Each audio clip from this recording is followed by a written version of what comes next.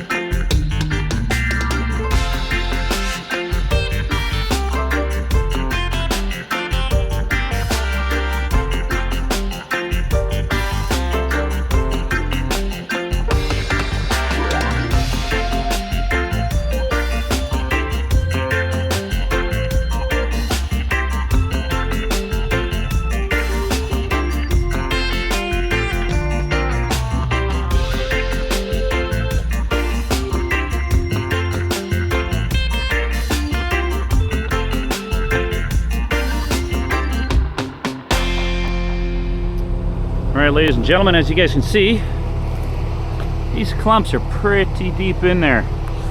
And even these little puff balls of roots, they can still grow bamboo. But you see, this has got to be like to the ground, almost 4 feet.